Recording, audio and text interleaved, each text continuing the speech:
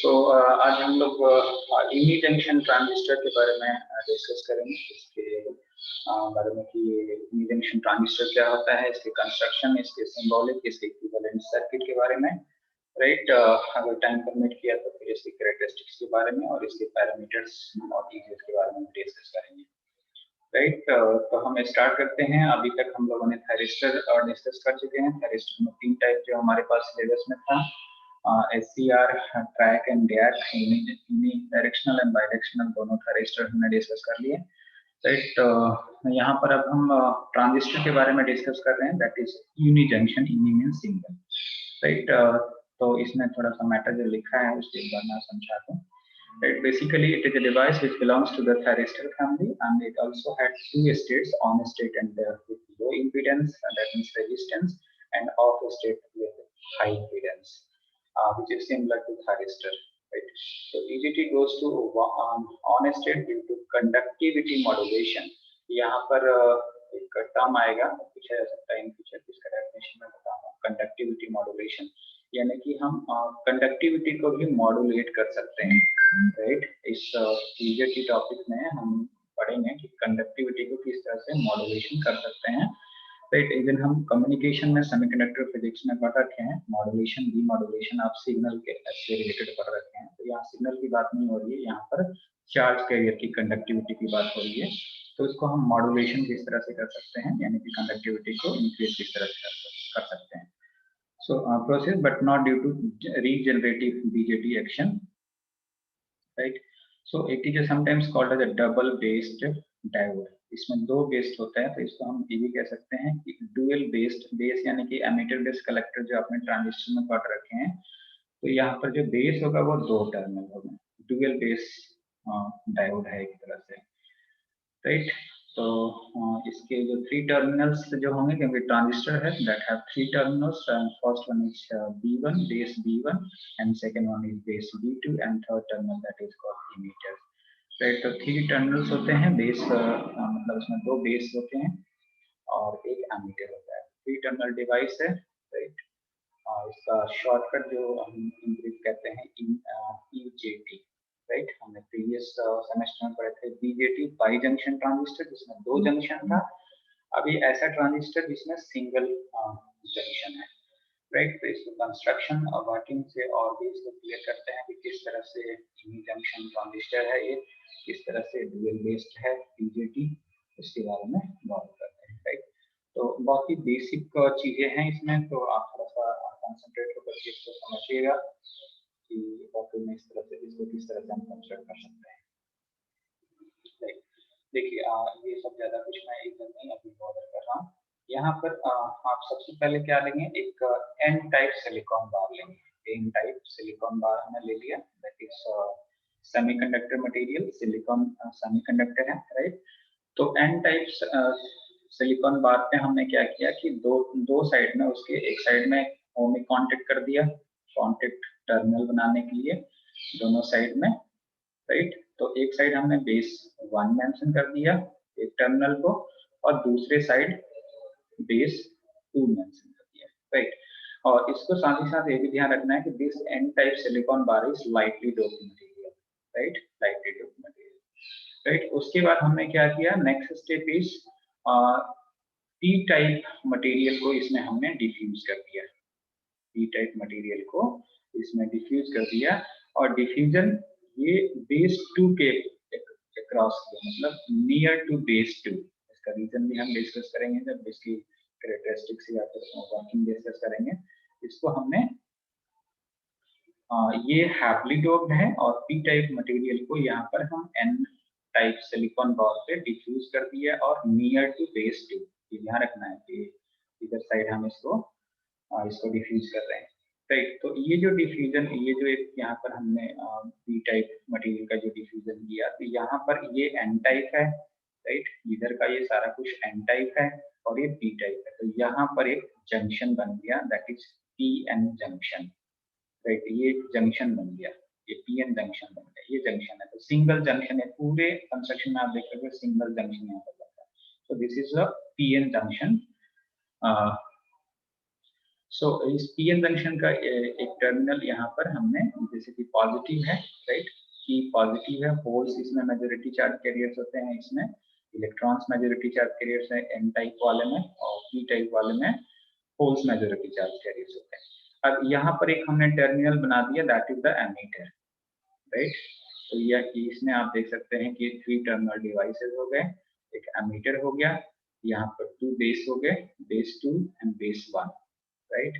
Just simple N type silicon bar पे P type material को diffuse कर दिया नियर टू बेस 2, और एक टर्मिनल उससे हमने कनेक्ट कर दिया एमीटर, तो 3 टर्मिनल एक डिवाइस बन गया, और इमी जंक्शन बन गया। इमी जंक्शन यहाँ पर आप देख सकते हैं किस तरह से, ये भी साथ इसमें कंस्ट्रक्शन में ध्यान रखना है कि that should be near to base 2, right. तो इसको हम सिंबल में किस तरह से रिप्रेजेंट कर सकते हैं, basically it is a block diagram, block construction of UJT. Symbol में इसको किस तरह से रिप्रेजेंट कर सकते हैं, यहाँ पर ईजेटी का आप सिंबल देख सकते हैं। जस्ट यहाँ पर ये एक line that is represented as N, ये एन लेयर्स को रिप्रेजेंट कर रहा है, राइट। और ये बेस 1 हो गया and this one is base 2, right.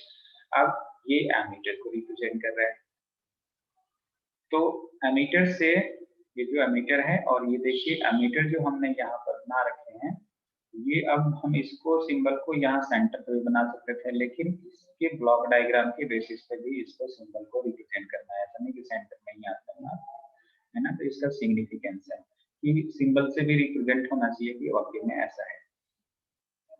तो इस एमीटर को भी हमने बेस 2 के अप्रॉक्स बना रखे हैं, है ना। ये एन तो है ही, और ये यहाँ पर पी को रिप्रेजेंट करेगा, यानी कि ये पूरा पी को रिप्रेजेंट करेगा। अब देखिए यहाँ पर एरो भी यहाँ पर लगा रखा है, and that arrow is towards base 1, not towards base 2।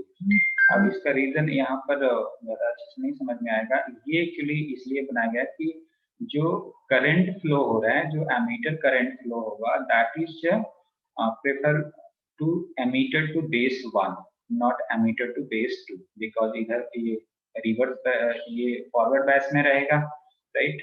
तो ये अपोज करेगा, इधर से अगर होल्स इधर जाएगा तो ये होल्स इधर होगा, इधर टर्मिनल से आएगा तो ये रिपेल करेगा, तो ये प्रेफर करेगा कि ये इधर नेगेटिव टर्मिनल की तरफ जाए, अगर इसको हम फॉरवर्ड बैच रखते हैं तो, राइट। तो इसका रीजन और हम समझेंगे जब इसको वर्किंग में बात करेंगे, राइट। तो कंस्ट्रक्शन, इसका सिंबल ईजेटी क्या होता है, राइट। इसमें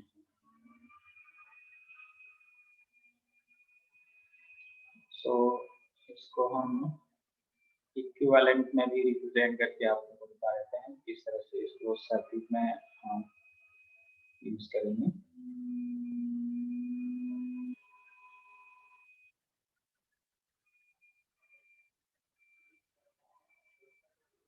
तो इसको जस्ट ये मटेरियल तो आपके गूगल क्लासरूम पे अवेलेबल रहेगा, इसको आप चेकआउट कर सकते हैं। अब जो भी इसमें लिखा है ज़्यादा डिटेल में नहीं बोले कर रहे हैं, ये डायग्राम वगैरह मैं आपको अच्छे से समझा देता हूँ। अब देखिए ये हमने ब्लॉक डायग्राम वहाँ पर बना रखे थे, राइट, और सिंबॉलिक रिप्रेजेंटेशन बता दिए। यहाँ पर इक्विवेलेंट सर्किट, अब सर्किट में हम ब्लॉक डायग्राम को इवन इसको भी नहीं यूज करते हैं, सर्किट में इस तरह का डायग्राम यूज करेंगे, राइट। सर्किट डायग्राम हम उसी को कहते हैं जिसमें प्रॉपर उसका रिप्रेजेंटेशन और सिंबॉलिक रिप्रेजेंटेशन यूज करके डायग्राम को बनाया गया, राइट।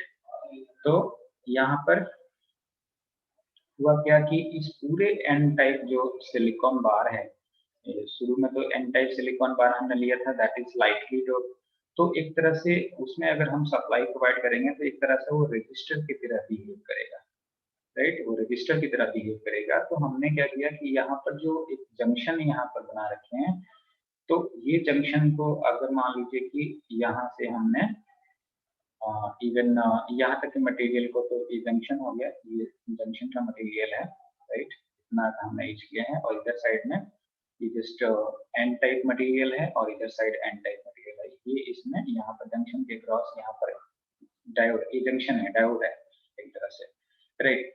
तो यहाँ पे रेजिस्टेंस होगा, राइट, और इधर भी रेजिस्टेंस होगा, और डायोड का एक अलग से रेजिस्टेंस होगा, राइट।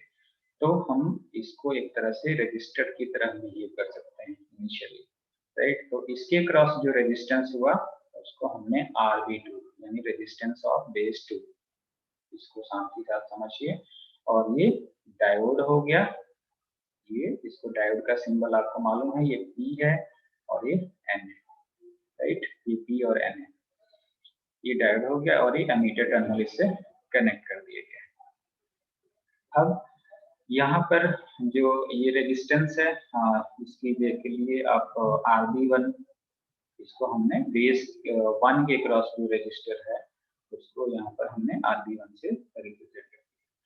तो करंट का जो हमने नेचर देखा, जो उसमें सिंबल में वो देखा कि एमीटर टू बेस 1 के क्रॉस उसका डायरेक्शन है। तो basically this resistance is variable resistance, ये रेजिस्टेंस डिक्रीज होगा जब यहाँ पर चार्ज कैरियर यहाँ पर ये जो होल्स है, P टाइप के होल्स है, अगर N टाइप में इंटर करने लगेंगे तो इसके क्रॉस जो होगा वो वोल्टेज ड्रॉप कम हो जाएगा। तो यहाँ से ये मतलब ये रेजिस्टेंस वेरी कर सकता है, राइट। रेजिस्टेंस फिर डिक्रीज होने लगेगा।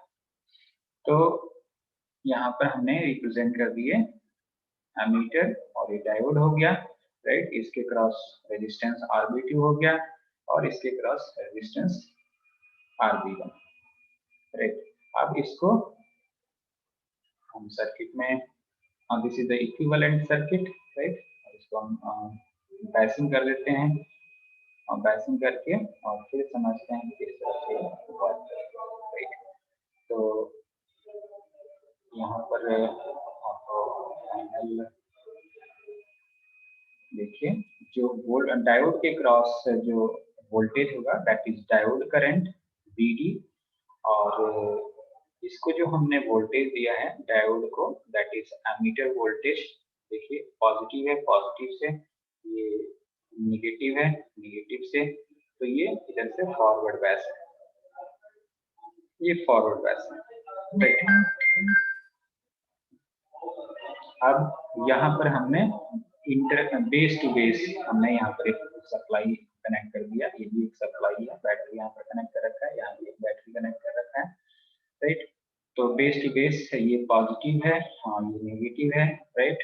तो यानी कि ये जो पॉजिटिव है तो यहाँ पर ये टर्मिनल क्या हुआ, ये इधर पॉजिटिव हुआ और ये नेगेटिव हुआ, राइट। तो ये नेगेटिव है और ये पॉजिटिव आया तो यहाँ पर ये रिवर्स बायस हो गया, ये ध्यान रखना है। ये इधर से इस बैटरी के रेस्पेक्ट में ये रिवर्स बायसिंग है और इस बैटरी के रेस्पेक्ट में ये डायोड फॉरवर्ड बायस है, राइट। तो ये ध्यान रखना है।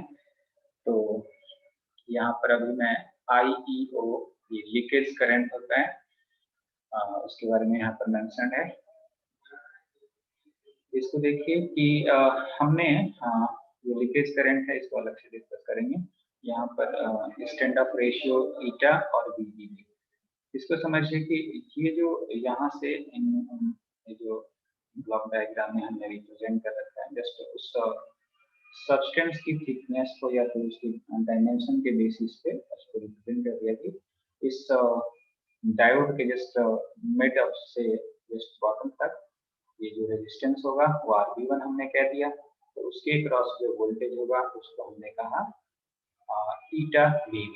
अब आप कह सकते हैं कि सर एक बराबर क्यों नहीं कर दिया, तो आप देख सकते हैं कि हमने जो रेजिस्टेंस को रिप्रेजेंट कर रखे हैं वो इक्वल दोनों साइड नहीं हो सकता है, RB2 और RB1 इक्वल नहीं हो सकता है क्योंकि उसकी थिकनेस आप चेकआउट कर सकते हैं।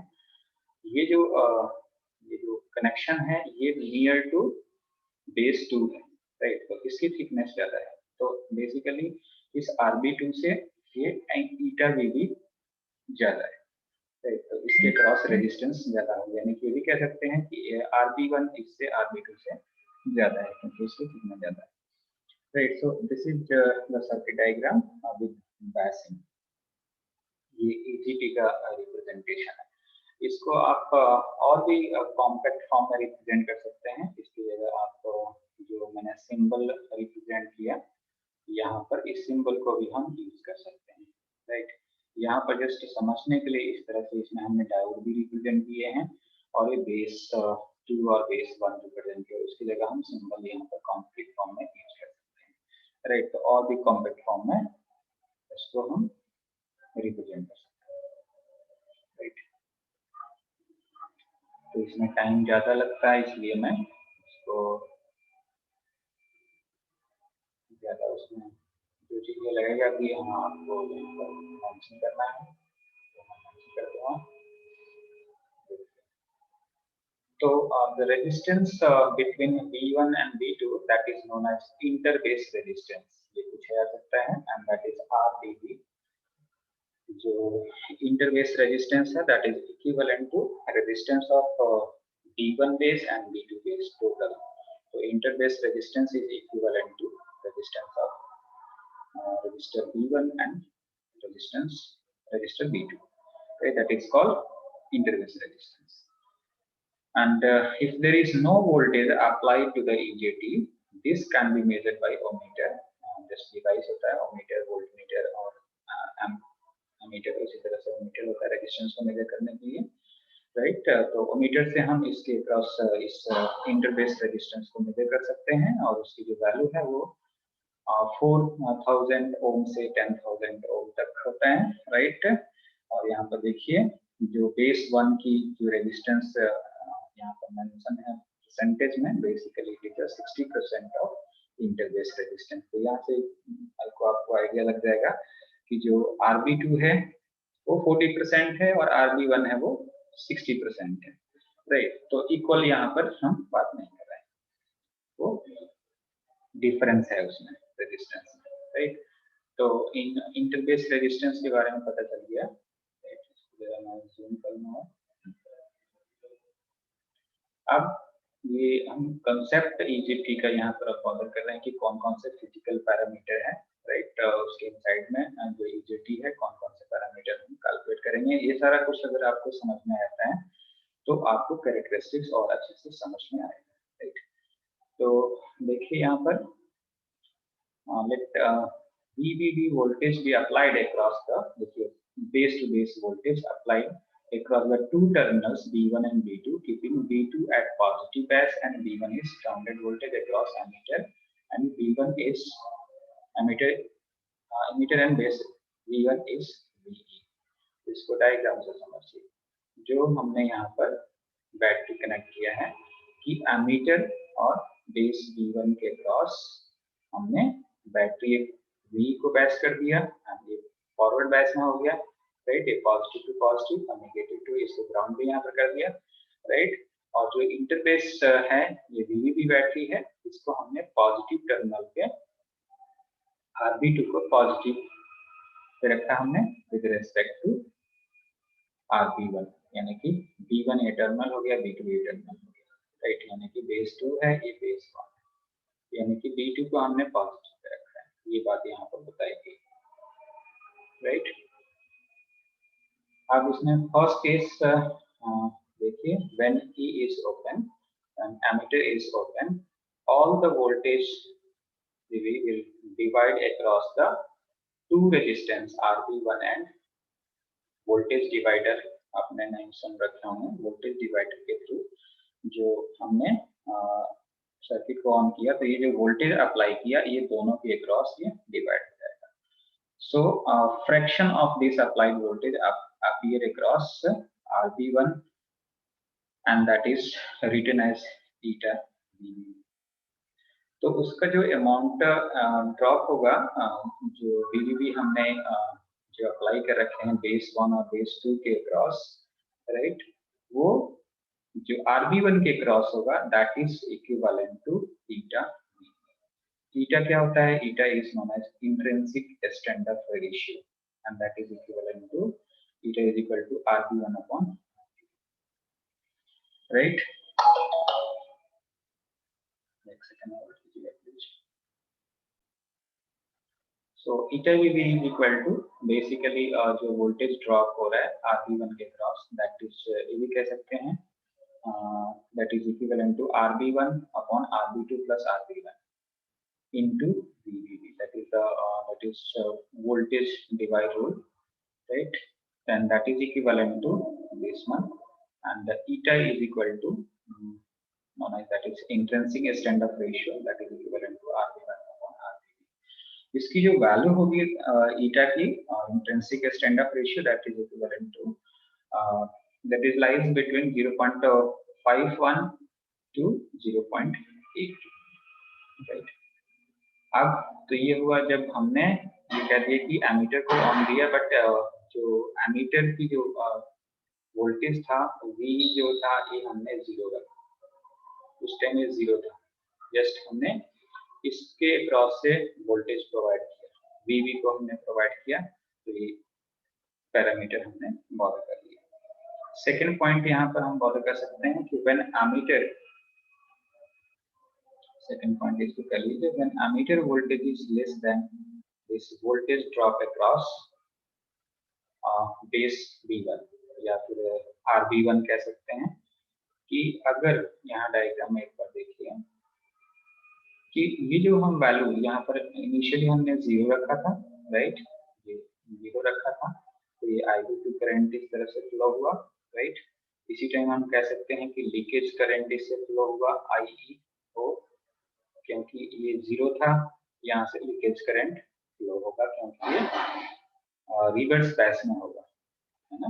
ये देखिए पॉजिटिव है, ये एन टाइप है, ये रिवर्स बैच में होगा, तो ये रिवर्स यहाँ पर करंट फ्लो हुआ, दैट इज, यानी कि हमने एमीटर वोल्टेज को जब 0 रखा तब ये उस सर्किट से करंट जो फ्लो हो रहा है that is the IEO, that is the leakage current.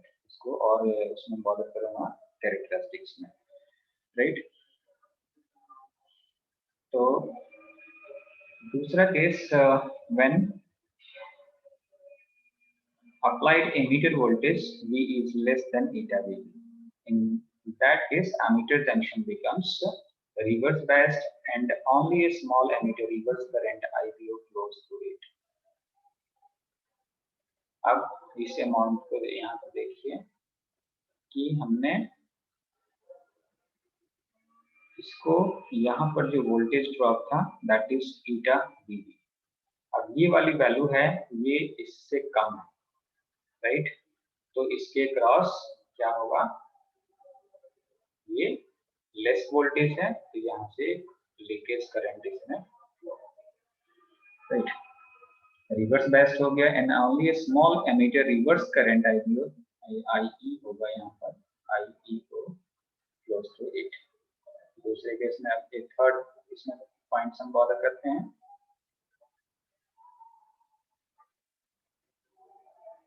अब जो एमीटर वोल्टेज है, voltage across emitter and base 1 exceeds eta VB। इसको देखिए, ये पैराग्राफ आपको समझना है अच्छे से। हमने इस केस में क्या किया, बाय कीपिंग ये तो आपको पता लग गया कि एमीटर एक्सीड्स eta, यानी कि वोल्टेज ड्रॉप अक्रॉस RB1 था, उससे हमने ज्यादा इसको वोल्टेज अप्लाई कर दिया। इसको मैं ऐसे भी समझा सकता हूँ। देखिए इनिशियली हमने क्या किया कि इसको मान लीजिए 10 वोल्ट रखा, राइट, ये 10 वोल्ट यहाँ पर अप्लाई किया, यहाँ पर 0 का लीजिए ये, तो ये डोमिनेट करेगा, है ना, ये वोल्टेज डोमिनेट करेगा, इधर से ये फ्लो होगा, राइट। एक बार हमने इसको लेस वोल्टेज रखा, यानी कि 10 वोल्ट से लेस है, तो यहाँ पर मान लीजिए जो भी वोल्टेज ड्रॉप हुआ, राइट, इसके क्रॉस कुछ ड्रॉप हो जाएगा, कुछ इसके क्रॉस वोल्टेज ड्रॉप हो जाएगा, राइट। जब इसको हमने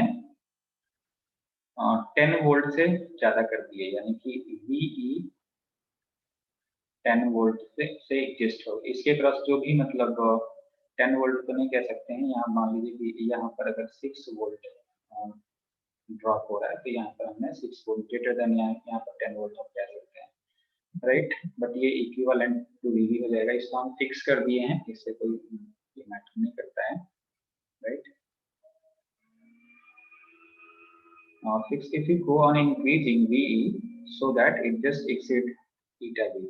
VB की वैल्यू हम इंक्रीज करते जा रहे हैं, V की वैल्यू, राइट, तो इसकी वैल्यू से इंक्रीज हो जाएगा eta VB से, so the emitter junction will becomes forward biased। तो फॉरवर्ड बेस्ट हो गया and P type emitter will start injecting holes into the N type silicon bar.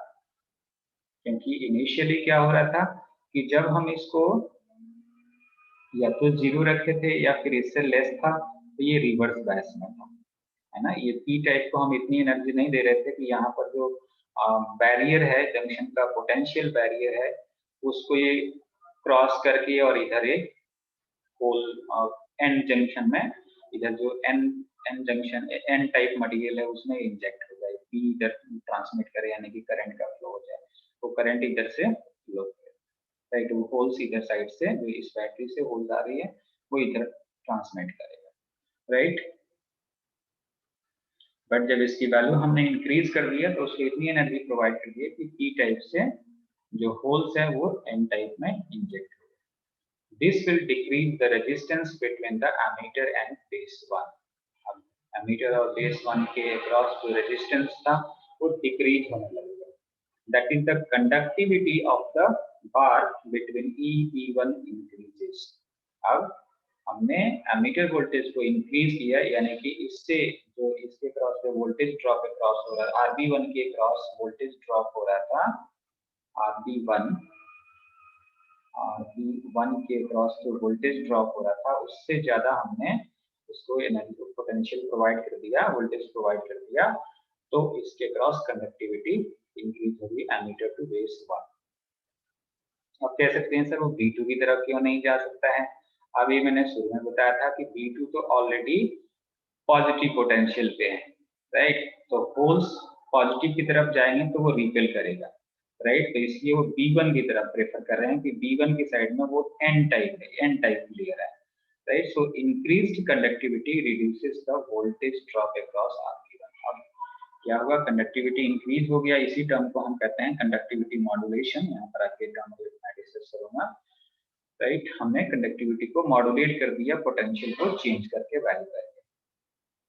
So RB1 के क्रॉस पोटेंशियल ड्रॉप रिड्यूस हो जाएगा, right, and this emitter junction becomes hardly forward biased and that result in increased emitter current and more charge carriers and further reduction in resistance of RB1। यानी कि ये हम increase करते जाएंगे, charge carrier और भी इंजेक्ट होंगे N type में, और फिर कंडक्टिविटी इंक्रीज होती जाएगी, and that is called regenerative process. And this process with which resistance of the bar varies is called conductivity modulation। यानी कि रेजिस्टेंस को हम उसको कम ज्यादा कर रहे हैं, वैरी कर रहे हैं, right। So the process with which resistance of the bar varies, bar कौन सा है, n type silicon bar का resistance को हमने vary कर दिया, that is called conductivity modulation, right। And that helps in the increase of ammeter current। ammeter current क्या होगा, increase होने लगेगा। as ammeter current increases, ammeter voltage decreases। अब एमीटर करंट इंक्रीज होने लगेगा तो एमीटर वोल्टेज डिक्रीज होने लगेगा, and giving a negative resistance effect. Resistance क्या हो जाएगा, नेगेटिव रेजिस्टेंस इफेक्ट यहाँ पर होगा।